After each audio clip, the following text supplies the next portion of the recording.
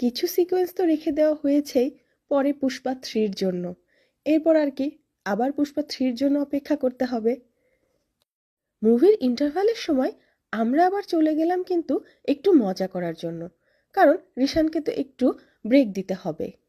তাই রিশান ওর সোহাগ আঙ্কেলের সাথে কিছুক্ষণ একটু বাইক চালিয়ে নিল। এরপর আমরা ওকে বললাম যে তুমি কি একা একা বাইকটা চালাতে চাও, কিন্তু ও একা একা চালাতে মোটেও রাজি হলো না। এত বড় বাইক তো ওর পক্ষে আসলে সামলানো সম্ভব নয়। আর এদিকে দেখুন রিশানের বাবার অবস্থা, সে কিনা একসাথে 2টা বন্দুক চালানোর চেষ্টা করছে। চলো নেক্সট পুষ্পা 3-তে তোমাকেই কাস্ট করে দিই।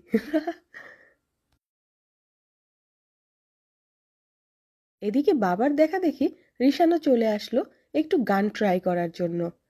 আঙ্কেল ওকে দেখিয়ে দিচ্ছিল যে তুমি এভাবে ধরো,